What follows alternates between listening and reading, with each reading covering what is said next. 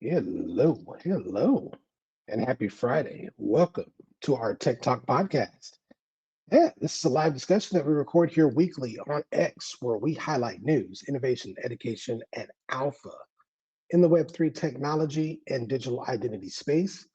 I am your host, Marcus, aka When Airdrop, founder of iHeart Domains, and we have been your number one resource for unbiased Web3 and blockchain domain educational content with over 100 and something of these things, and YouTube videos produced and archived over the past 2.5 to 3 years. You can search our entire podcast archive for prior recordings and an easy to read blog overview of each episode at iheartdomains.com. Also, prior recordings, if you like to listen to this in podcast format or on your spare time while you're washing dishes, driving your car, whatever it may be, you can listen to this on every major podcast player, including Apple Podcasts, Spotify, iHeartRadio, and all of those episodes in a directory of all the podcast players are easily reachable at techtalk.host. As usual, I'm going to start off with a little bit of opening news before we get into the main subject. And as you can see at the title of the space, the main subject is How to Onboard Normies 101. But going into recent news and aligning perfectly with the subject of the space, we kind of got hit with two big ones yesterday and today.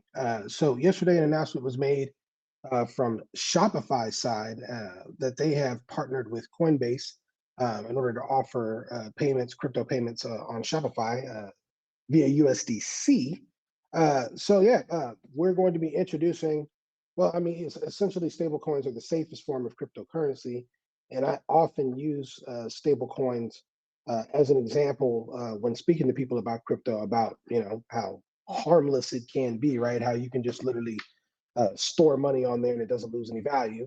Well, they're going to introduce this concept to the masses and begin using it as it's intended to be used as a form of currency.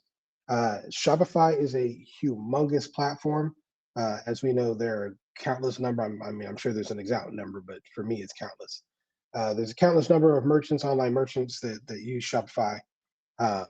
Being able to integrate with that and accept crypto payments, or even just spreading that narrative to all of those people who are utilizing that platform, it just helps aid in adoption, right?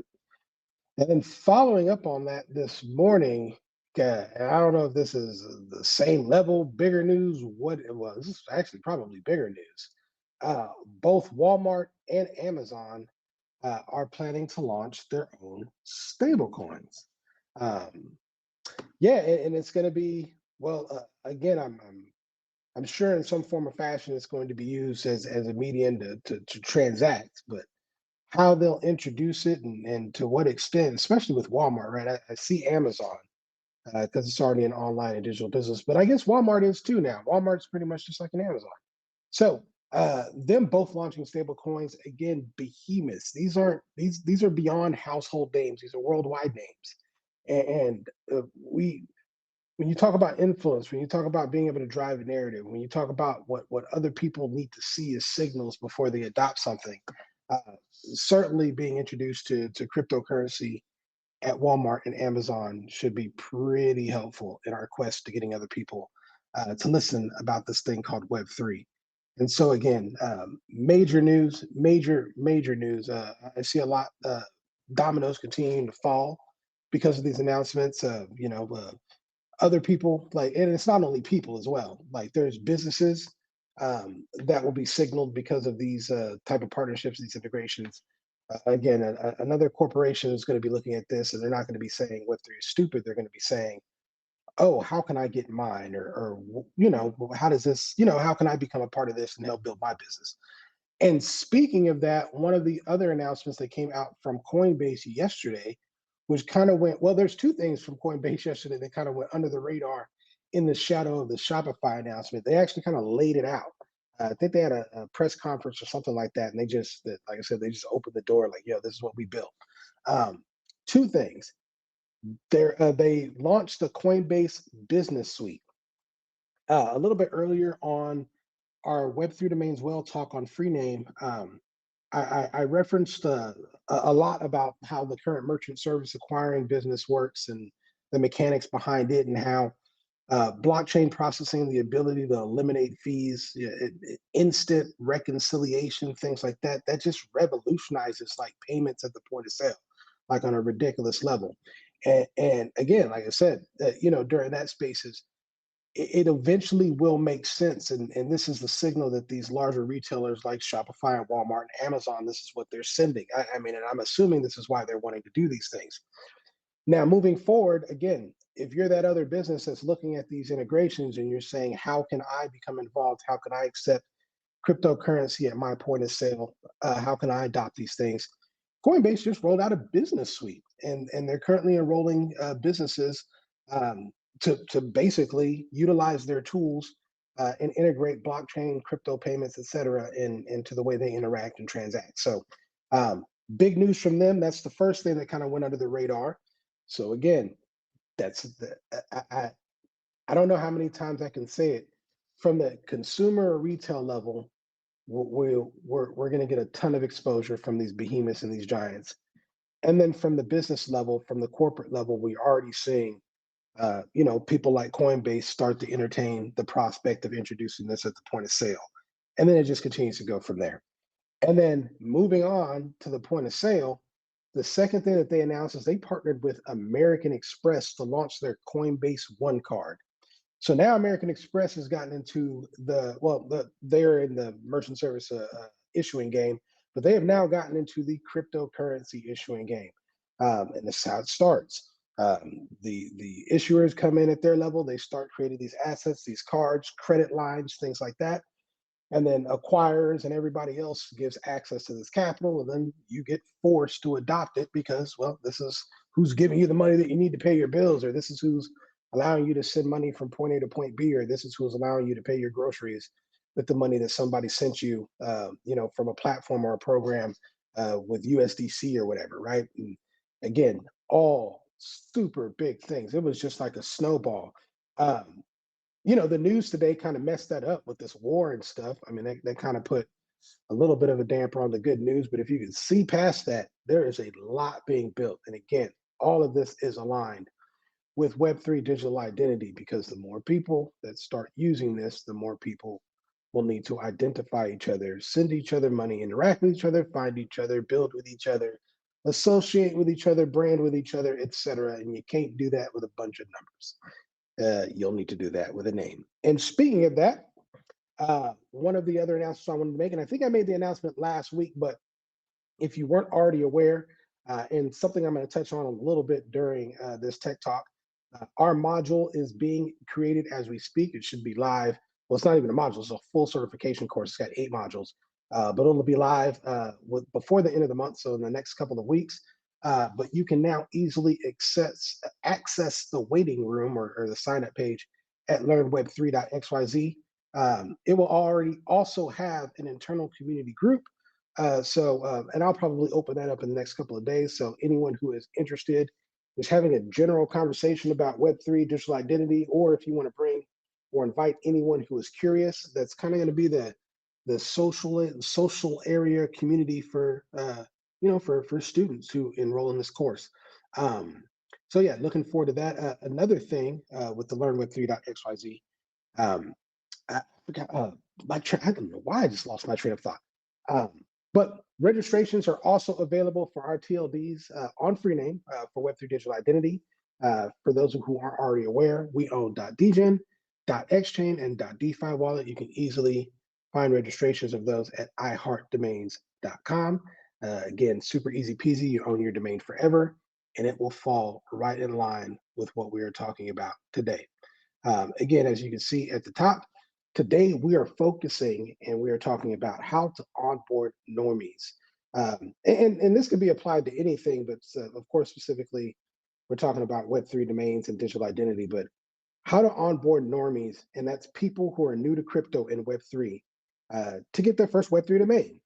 And why is this important that we reach out and stretch beyond just our crypto bros and start talking to people who are around us, normal everyday people?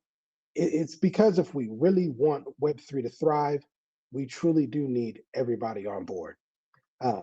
So let's start with the big picture, right? Why should everyone care about Web3? Now again, we've talked about all these giants that are coming into the space, all of these entities that are household names that are starting to adopt this technology. It's eventually going to be forced on people in some way or another. It's going to be introduced to you, and it's going to be introduced to you probably at a basic level, right? Web3 domains, and this is a great way to start conditioning yourself to understand the value that you're truly adding when you're introducing somebody to this ecosystem. Web3 domains are your digital identity. You own it. It's like a username on TikTok or Instagram, but a company controls those. And if that company shuts down, your identity disappears.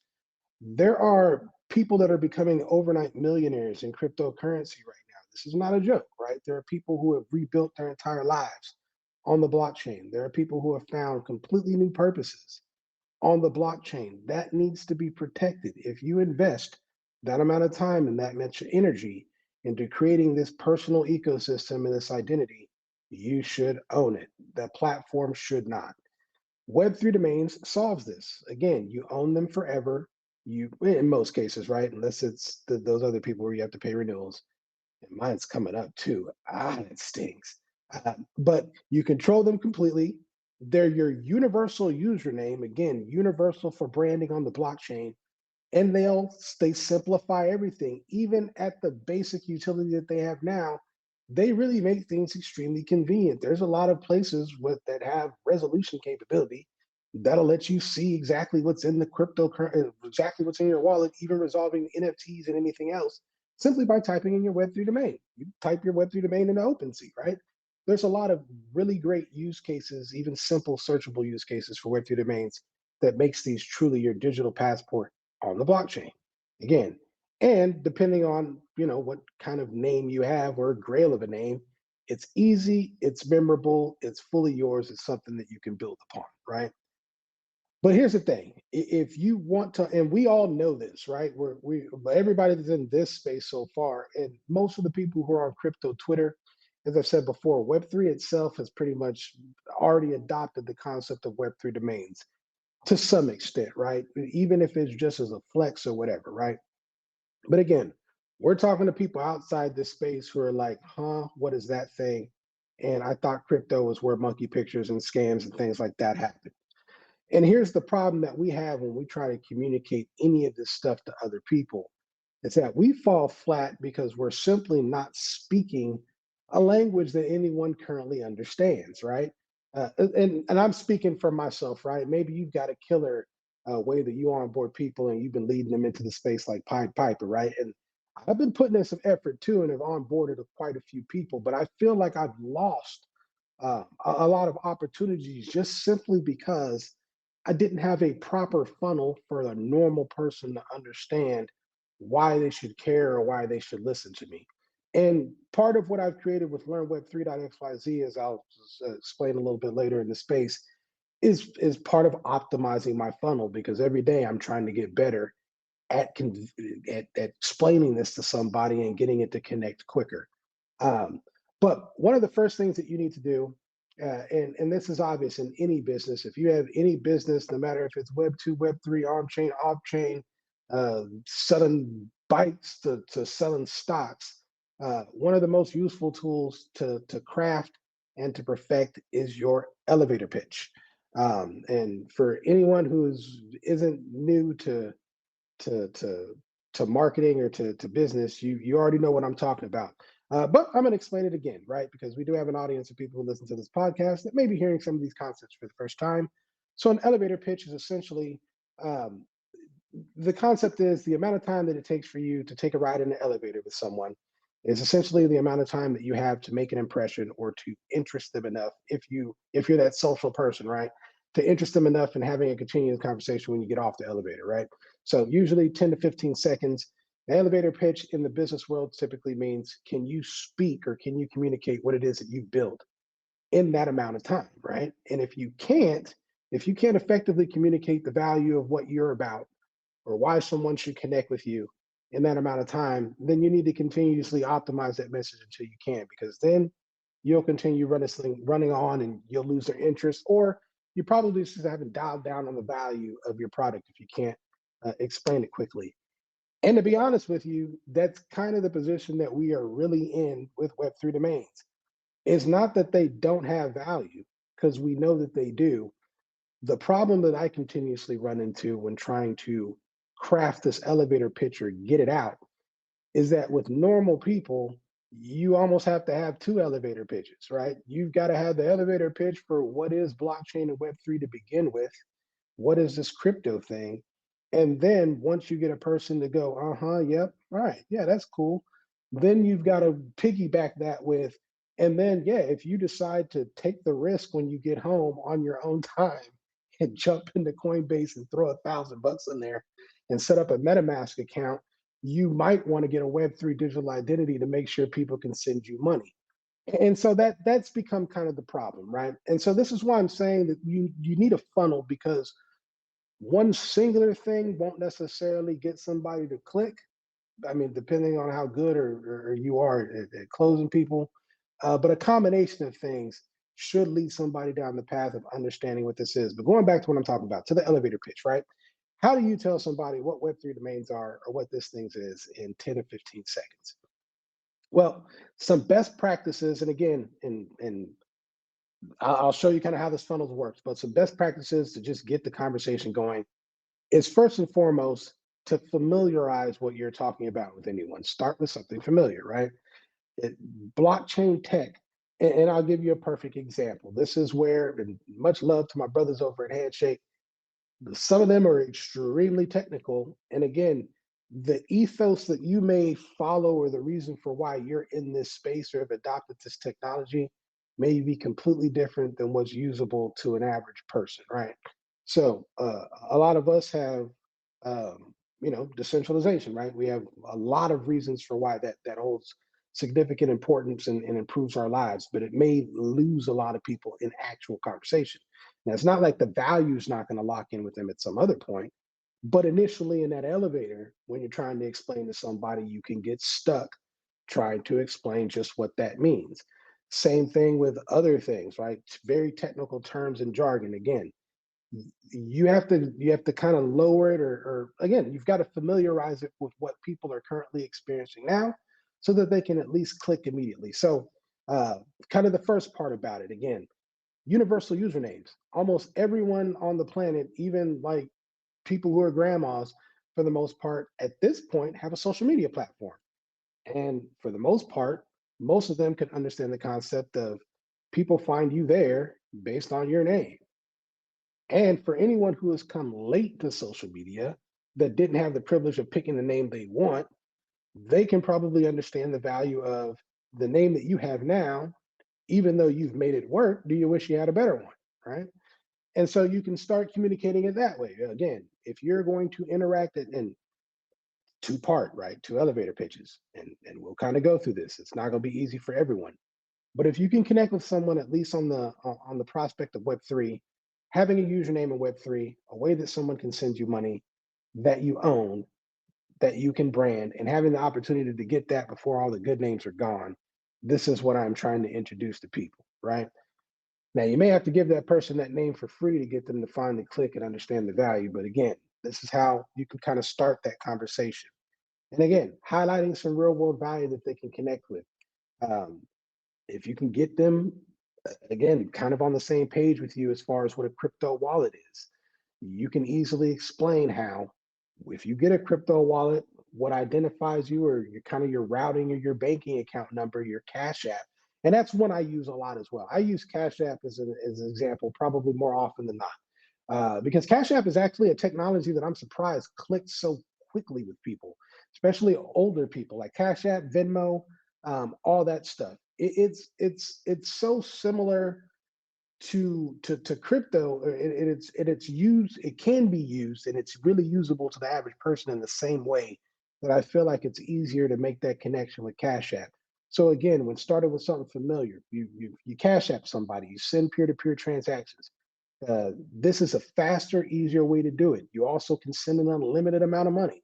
If it's on there, if it's in your wallet, you can send it, and it hits them immediately. Nobody in between can stop. Okay, cool. That sounds awesome. What is your app? In Cash App, you're known, your identity is whatever your dollar sign or your cash tag is. That's another similar or familiar concept that you can also compare to Web3 domains. Again, really easy conversations to have. Maybe the elevator pitch might not be so easy, but in crafting it, thinking about those kind of concepts and how the masses and normies already understand things that these things make better may make it easier for you to have these conversations and not nerd somebody out. Um, and then again, you can talk about things such as ownership, create emotional connections, etc. But I would kind of stick with again what lands somebody into saying, "Hey, how do I learn more? Where do I find out more?" This is your goal with this elevator pitch. Um, Now, kind of moving past that, going to my own personal experience and what I said I was going to touch on. So in if you're going to cryptocurrency events or networking there, these conversations are a lot easier to have, right? You can always just tell somebody you ever heard of ENS, blah blah blah, and then launch from there, and then start talking about owning your OTLDs and blah blah blah. But if you're like me, right, if on an everyday basis, most of the people that you talk to are non-crypto educated, but also extremely professional or in a professional industry or in a technical industry, um, again, you're running into a lot of opportunities where things aren't connecting. And for me, I found that I spend so much time educating people or trying to do a mini education with people on Web3 that it was just easier for me to onboard people using education, right? So rather than me try to explain everything to you, I can get through my elevator pitch some of the basics, right? Web3 and blockchain, right now there's, so like, I'll give you example of one I'm using, right? I'm going to give you my flow, and your flow may be different depending on your TLD, depending on whatever. But my flow right now, currently, the flow that I'm building is if I'm interacting with someone who's in a professional environment and I'm wanting to interact them or onboard with them, I'm going to tell them, or the way I'm going to start the conversation, obviously, is I'm in Web3 or blockchain. What is that? It's technology, right? It's technology, kind of like Cash App allows you to transfer money quickly and easily. Okay, cool. That's interesting. And then I'm going to go even further from there. A lot of the technology that's being built on is extremely lucrative. There are companies right now that are looking for devs, they're looking for marketing, they're looking for everybody that a typical company would look for. But the problem is that the talent pool is low. Almost all of them are looking for people who have some sort of experience in Web3. And again, you're talking to people who, will have their ears perked up if they know that there's an elevation or something like that that they can work towards. I want to show you something. I'm going to onboard them with learn Web3.xyz, but basically, the way I can continue the conversation and continue my funnel of onboarding is by sending them there so that they can get a formal introduction. And they're doing so now, not just because I've nerded them out with Web3, but because they see an opportunity on the other side. And at the end of them learning this, now we can have a real conversation because they understand what I'm talking about. That funnel I see and has had, in the way that I have used it, which hasn't been formally up to this point, but will be. That funnel for me has been successful. Anytime I've been able to lead with education first, anytime I've been able to get somebody at least on a similar page first, or been able to send them on their own. If you can send somebody off on their own to go through a course or a module and they actually do it, you've got them hooked, right? If they actually put in that work on their own or respect it, then more often than not, you're able to continue that conversation. It's also an easy way to weed out people. Some of the tools that have existed that I've built in the past, again, I do have an intro to Web3 domains module on Mighty Study. I know Freename also has a module on Mighty Study. If this is a way that works for you to introduce people to the space, to simply introduce a module to them and then help them figure out what to do with that knowledge that they just got after they get it, you can easily introduce other people to these same modules. They exist. Coinbase Learn, which it may still exist in some form. It did exist when I came onto the space. That was a very valuable tool, not only for myself to learn about different tools or different cryptocurrency, but also referring other people. It was extremely easy to send somebody to Coinbase and tell them just go through Coinbase Learn, and then we can talk after that about what I do and what I'm trying to show you about something else. But they did all the work for you. So again, utilize some of these tools out here that are educational in your path on onboarding normies, and these are already built. You don't have to reinvent the wheel. Um, the next thing is if you really want it to accelerate adoption, use incentives, right? So giveaways, incentives, the people love rewards, right? It's basic psychology. If you want to get somebody to do something for you, then give them something on the other end. Prime example, going back to the Learn Web 3.xyz. One of the programs that we're going to do on this first cohort is what's called a reverse scholarship, where the first 10 participants actually get rewarded in addition to their on-chain certificate. You get rewarded with $100 of USDC, which was graciously sponsored by Verbs DAO. Shout out to them for being our initial and our curriculum sponsor and for sponsoring the scholarships. But incentivizing people on the other end, sometimes to get the word out, to get people to start talking about it, to get people to do this in practical application, you got to put some feelers out there, right? You got to get some influencers to use it. You got to incentivize people to care. And sometimes you can have mixed feelings about it, right? You think it should click with everybody, that people should just run with the value of it, but that's just not the world works, right?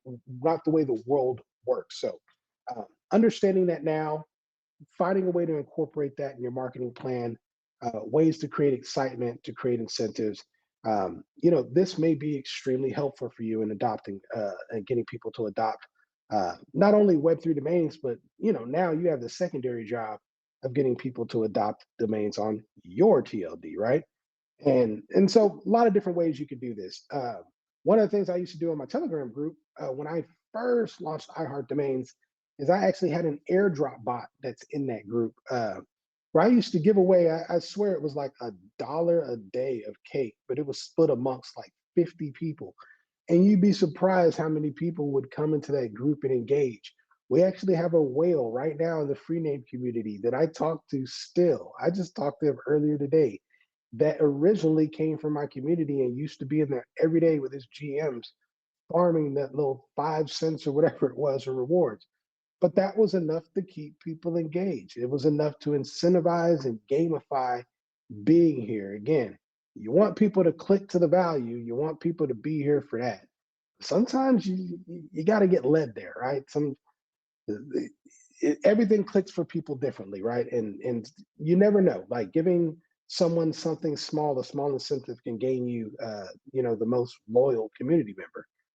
Other things that you can do again, and there's many different incentives you can create. If you're building something, and this is another big piece of advice that I continuously give and will give until my last breath. If you own a TLD, you are probably the person or the best person, at least now, uh, to come up with an idea of who it suits, how you could build it out, and how you can create value for somebody around it.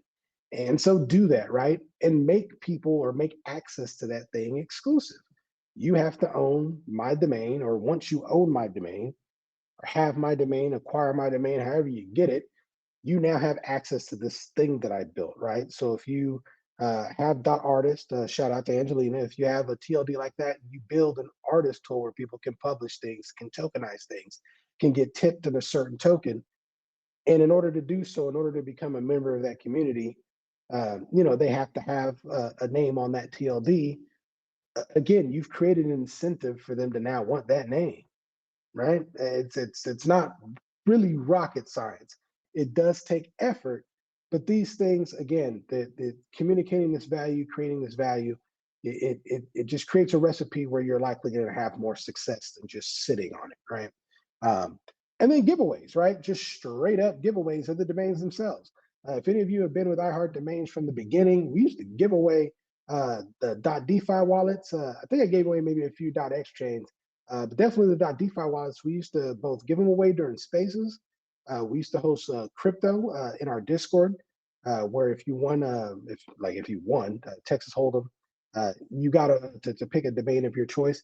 And these were great events. And again, these were, I don't know if anyone would have otherwise showed up had we not had this incentive. I'd love to think that they were there for the alpha, but again, the audience and the benefit that I eventually got from doing these things outweighed what I was giving away. And if you look and you do the math on your own domains, on your own TLDs, again, if you've built a solid business behind some of these TLDs, where the benefit behind it, where the community that you'll generate will create more revenue for you than selling the TLD itself or selling SLDs, then give the SLDs away, or figure out ways to to discount them or whatever it is, because onboarding in that case, or creating a community or a mailing list or whatever, is more important than sucking people dry from registrations, right? So, again, for everyone, this will be a little bit different, but creating incentives in some sort of way or another is just really a surefire way to capture the attention of people who may otherwise, may not care. Um, and then lastly is success moments, right? If you really want to lock in excitement and value during onboarding, um, create an immediate success moment. So you have your elevator pitch. You sent someone on their path to figure out what these are, at least get a basic understanding of what Web3 is, to the point to where they're interested in what these domains are. Then you've created some sort of way that they can either interact or acquire one from you at a low cost, whatever cost. Maybe they came to you and said, "Bro, I'll give you $1,000 for the domain now," right? Or maybe you had to give it away to them for free in order to get them to really take it, right? To finally lock in that value either way, you got to create some kind of moment of success to really lock it in, to lock the transaction in. What I mean by that, and this is going to be different for everybody. And again, I'm going to explain it from the perspective of Learn Web3.xyz. But like, for instance, the whole point of that course, especially with the narrative that I'm leading with, is there's an opportunity, right? If you really learn this, if not just hear about it, not just take a Coinbase Learn class, not just watch a YouTube video, if you really learn this, you are going to have great and sufficient skill, enough skill that would be enough for an employer to say, this guy's efficient in Web3, right? But how do you do that, right? Well, what you'll get at the end of my course not only is a Web3 digital identity that you can send somebody to, hopefully to find it, but also you're going to get an on-chain certificate. So this is what I'm talking about. So the success moment. You're actually going to get sent an on-chain certificate so that now you have an actual thing that you can reference, a success. For some people, that might be a POAP, right? When you first set up a wallet or something like that, like if you've gone to ETH Denver, yeah, I think they have the Mu wallet. When you set up the Mu wallet and you set it up correctly and connect this and connect that, now you can go get a free $10 at this food truck, a success moment. Or now you get airdropped. I remember they airdropped us, I think, straight up like 10 or 15 bucks of USDC or something like that. Again, a success moment, on-chain certificates, instant rewards, all these different things. If you're creating a program to onboard people, if you're bringing somebody onto into your app or whatever you built, them getting access to it, them getting an unlock, that's a success moment. That's just showing them that they didn't take this domain for no reason, that it actually does something. And it's important, and again, even though what it does is limited, it's important to learn what they do, so that you can implement this again in your onboarding strategy. Because what it essentially does is not only does it lock in the value for that person so that you really actually onboarded them, because all the people you talk to about crypto and Web3, that's not onboarding people. If you talk to them 6 months ago and you go find them now and they don't have a wallet or a Web3 domain, you just talk to them about it. What you want to do is you want to get people all the way to the point where they're actually either using it or the app is still at least live on their phone, right? And the way to do that is to get them to go all the way through the process so that it finally locks and it clicks. And then from there, I mean, fate will take its course, right? But again, if you're building, if you own a TLD, if you're onboarding people into the space, in addition to all the other things, it is very important, and I think it is going to be very strong for onboarding and retaining the people that you've onboarded to create, again, a success moment, so that they not only have something to feel good about from now adopting your domain, but now they have something to share with someone else. They have something to be proud of. And you never know, it might continuously create that domino effect that brings more people in. Just like everything else that's happening around our space, every single action that everyone's taking is helping bring another person into the space. All right. So hopefully some key takeaways for anybody who is listening back to the space. Um, it's important to develop a strategy or a funnel. Uh, Not one singular thing will work in most cases. Again, you may hit it off the bat with somebody and they may instantly click, but for most people, they're going to need a little bit of guiding into the space. If you're actively building on your TLD, you have a business. And just like any other business, In order to create conversions in that business, you have to create some sort of funnel. When a person walks in the door, if you're selling, tools or clothes or anything like that, you've got a funnel. Everything from the way that you do merchandising, that's part of the funnel, right? You don't have the clothes laying on the floor. You have them on hangers. You have some on mannequins. You have different, visual elements. This is part of your funnel. You bring them in. You greet them. You have a changing room that's available so that they can go and try things on. The absence of any of these things could potentially lose that person. And even though people don't look at all these things as a funnel, they are one. It doesn't just happen. A person doesn't just magically elevate and what do you call it? Teleport into your store, have their decision, their mind made up, not try anything on, and then teleport home. It's a process. And same thing with Web3 domains. A person isn't just going to wake up one day, see the news, and say, "Hey, I want a Web3 domain. I want yours. I know exactly how to get one on the blockchain with my magic debit card and buy one." It's just, I mean, most people don't even know where to start. And so it is up to us to help educate them and guide them, but they're not going to listen to you if you're not interesting. So perfect your elevator pitch. They're not going to listen to you if they don't know how or why they should care. So lead with education. They're probably not going to listen to you if it costs them a whole bunch of money and it's super risky. So think about maybe having a way to get it to them for low cost or no cost. And then they're probably not going to listen to you if they think, it's not going to do me any good and it's just going to sit here anyway. So try to figure out a way to give them some sort of incentive or reward at the end that they actually do get something out of having this thing. We are still super incredibly early to Web3. We know this, but as early as we are going 50,000 miles per hour. As I said at the beginning of the space, Shopify is now onboarded.